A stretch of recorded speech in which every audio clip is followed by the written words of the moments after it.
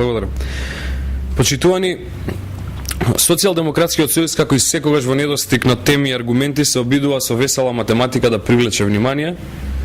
Така и денеска податоците кои што ги изнесе почитуваната госпоѓа Иванова се неточни и создаваат погрешна слика за реалната состојба.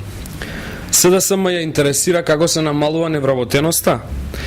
Невработеноста во најголем дел се намалува со активни мерки кои овозможуваат цел спектар на можности граѓаните да дојдат до работно место, како што се проект за самовработување, овозможување на финансиска поддршка за отварање на нови работни места во мали и средни предпријатија, обука за преквалификација и доквалификација на долгорочно невработени лица, субвенционирање на земјоделците кои се корисници на државно земјоделско земјиште, субвенционирање на вработување на невработени лица и субвенционирање на вработување на лица со посебни потреби.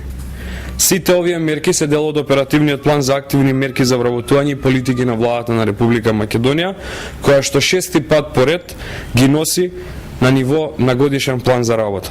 Најголем дел од овие мерки се со 100% на реализација. Истиот оперативен план оваа година тежи повеќе од половина милијарда денари. За прв пат во Македонија е донесена национална стратегија за намалување на сиромаштијата и социјалната исклученост 2010-2020 година.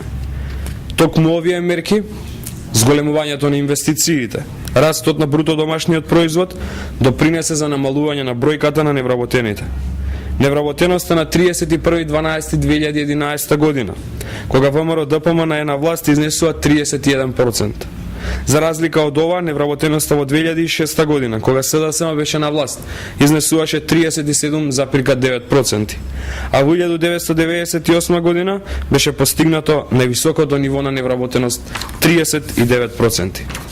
Само последната година 85.000 граѓани го изгубиле статусот на невработени по 19 основи од Законот за вработување и осигурување во случај на невработеност. Од овие, само 8.000 поднеле жалба.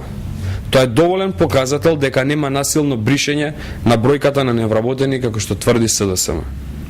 Оваа влада во делот на социјалната заштита направи многу повеќе од колку што СДСМ направи за сите години во нивното владење. Во однос на социјалните случаеви, СДСМ треба да престане да манипулира со судбината на оваа категорија граѓани тогаш кога ним им е тоа од интерес. Рокот за пререгистрација на граѓаните, приматели на социјална помош, беше 2 месеци. Беше дополнително пролонгиран, а целокупната документација за таа процедура беше бесплатна. Тоа беше доволен период за да се заврши целокупната процедура.